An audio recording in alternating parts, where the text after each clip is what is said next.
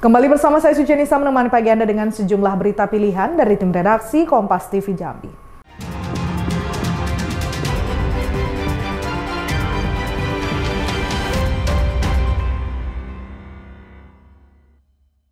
Saudara, seorang pria berusia 29 tahun nekat menggelapkan 2 unit motor milik rekan kosnya sendiri.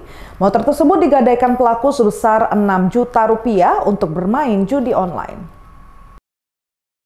WD, pria berusia 29 tahun diamankan unit reskrim Polsek Ratu Agung, menggelapkan 2 unit motor milik rekan kosnya sendiri di Kelurahan Nusa Indah, Kota Bengkulu. Pelaku ditangkap tanpa perlawanan saat sedang berada di sebuah penginapan. Penggelapan dilakukan dengan cara meminjam kendaraan kepada teman kosnya dengan alasan ingin mencari pekerjaan. Kemudian pelaku kembali tanpa membawa motor korban dan ingin meminjam kembali motor milik teman pria korban untuk menjemput pacarnya. Korban yang sudah mengenal pelaku tanpa curiga meminjamkannya. Namun hingga keesokan harinya motor tersebut tak kunjung dikembalikan. Dari hasil pemeriksaan, pelaku nekat menggelapkan motor rekannya dan menggadaikan sebesar 6 juta rupiah.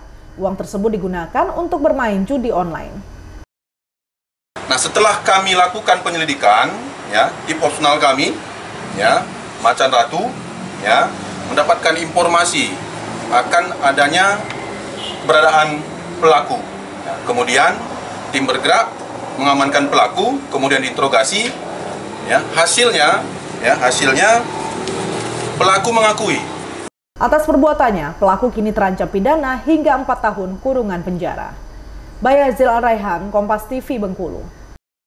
Seorang nelayan yang juga merupakan residivis 6 kali keluar masuk penjara kembali ditangkap kedapatan mencuri 3 unit ponsel dengan cara membobol kontrakan di waktu subuh.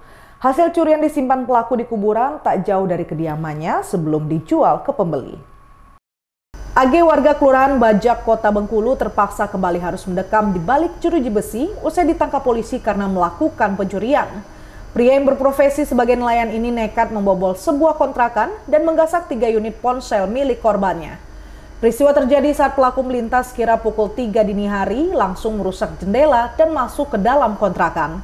Setelah mencuri ponsel, pelaku tidak langsung menjual, namun disimpan di sebuah makam yang tidak jauh dari rumahnya.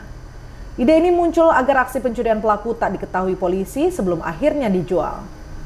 Dari hasil pemeriksaan, AG merupakan DPO polisi yang sudah lama diincar. Pelaku juga merupakan residivis yang sudah 6 kali keluar masuk penjara. Menggunakan handphone miliknya, menawarkan kepada para calon pembeli, dan menunjukkan bahwa barang yang akan dibeli tersebut diletakkan di kuburan. Ditanam atau gimana? Diletakkan di atas Kepala kuburan. Nah, di kepala batu nisan kuburan, ya, dibungkus dengan plastik biar apabila hujan tidak basah, gitu kan. Atas perbuatannya, pelaku kini terancam pidana penjara hingga 7 tahun. Bayazil Al-Raihan, Kompas TV Bengkulu. Saudara, Polresta Jambi menangkap 2 orang kurir penyelundupan ganja di Kenali Besar, Kecamatan Kota Baru, Kota Jambi. Dari tangan pelaku, polisi mengamankan barang bukti ganja seberat 200 kg. Polresta Jambi menangkap 2 orang kurir penyelundupan ganja di Kenali Besar, Kecamatan Kota Baru, Kota Jambi. Dari tangan pelaku, polisi mengamankan barang bukti ganja seberat 200 kg. Pelaku berinisial I dan RR masing-masing ganja seberat 100 kg. Ganja tersebut dikemas dalam 6 bal plastik hitam yang akan dikirim ke Pulau Jawa. Pelaku dijanjikan upah 60 juta rupiah setelah paket ganja berhasil diantar ke lokasi. Polisi juga menemukan alat GPS di dalam mobil untuk memantau pergerakan kurir. Kedua pelaku mengaku baru pertama kali mengirim narkoba dan terdesak karena ekonomi. Ya, barang bukti yang diamankan 200 paket narkotika golongan 1 dalam bentuk tanaman jenis ganja, kurang lebih 200 bungkus, ya, dalam jumlah 200 kg, dan 1 buah GPS warna hitam. Ya, nanti ini mungkin teman-teman bisa menanyakan, ya, GPS ini adalah dilakukan oleh pengirim supaya ketika barang ini bergerak mereka sudah tahu kontak ada di mana. Saat ini kedua kurir telah ditahan di Mapolres Jambi. Saat ini polisi masih memburu bandar yang mengendalikan pelaku. Wiradani Damani, Kompas TV Jambi. Operasi Patu Siginjai yang digelar Satuan Lalu Lintas Polresta Jambi melakukan penindakan terhadap pelanggaran lalu lintas dan kasat mata di Kelurahan Talang Banjar, Kecamatan Jambi Timur, Kota Jambi.